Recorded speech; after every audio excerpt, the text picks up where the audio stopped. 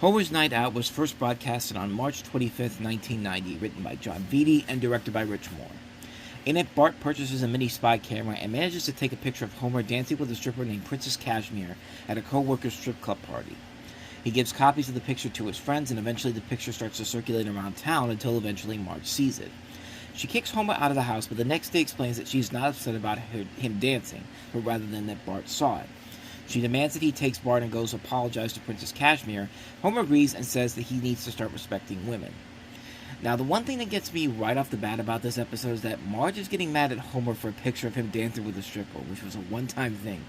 Yet in the last episode we looked at, Live on the Fast Lane, she was secretly seeing another guy behind Homer's back. There's a word for people like Marge in this situation. What is it? Oh yeah, a hypocritical bitch. Okay, and I know I just insulted Marge, but to her credit, she's got every right to be mad at Homer in this situation, especially when you realize why she's really upset. As it says, it's not because of Homer dancing with a stripper at a bachelor party. I mean, that's kind of expected to happen. It was because of Bart seeing him do this, and Homer and Marge are trying to make Bart a respectable kid, and you don't want to have him looking at his role model and dancing with this woman that's not his wife or anything, and she doesn't want Bart to treat women like they're just sexual objects. And again, it's a very fair case. I mean, yes, we are men. A lot of the time we do look at women like they are nothing but to fill our desires, but honestly, we can't treat women like that in the real world. We should treat women the same way we treat men, like equals. And for that, you really can't blame Marge for getting mad about that. And for me, that's why I found myself enjoying the episode a lot more than I would have, because it's actually teaching a pretty fair lesson to not just people, but kids in general, the easily impressionable children who are watching the show at the same time, to not just treat women like they're objects, because they're not. But on top of that, it's an episode that's actually really funny, too. The jokes do work very well. The animation is nicely done. Both stories come together very well. It feels almost flawless.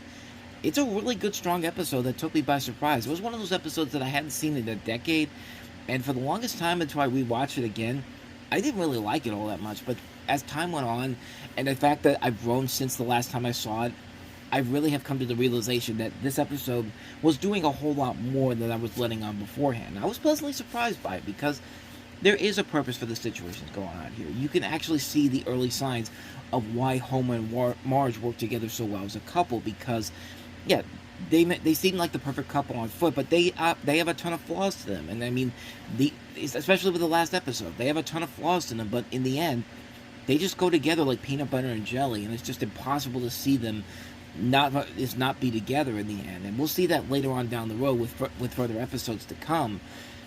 But yeah, you get the idea here. They work together so well as a couple that it'd just be impossible to see them not as a couple when they have to be.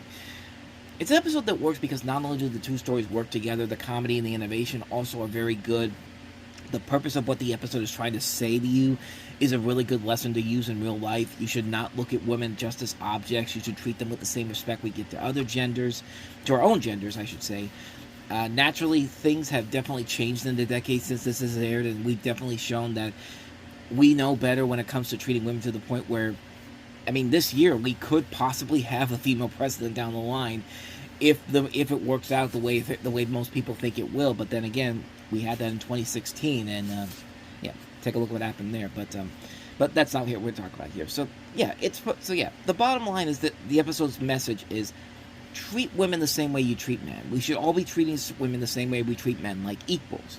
I mean, that's a good message to tell. It's a surprisingly strong episode, and it works as a funny episode.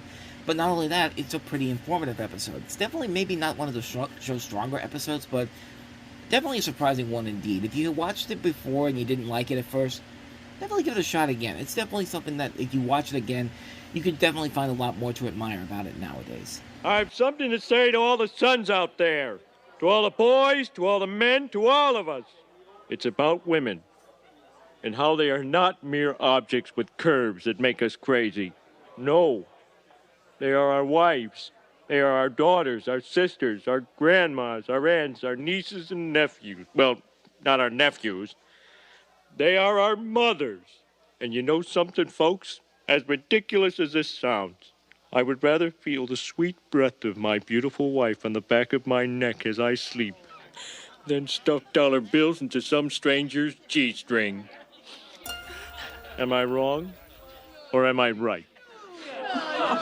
My wife gets the cutest little thing right here when she smiles. This is my Susie. Oh, so cute. Here's mine. You know, my mom sounded a little down the other day. I better give her a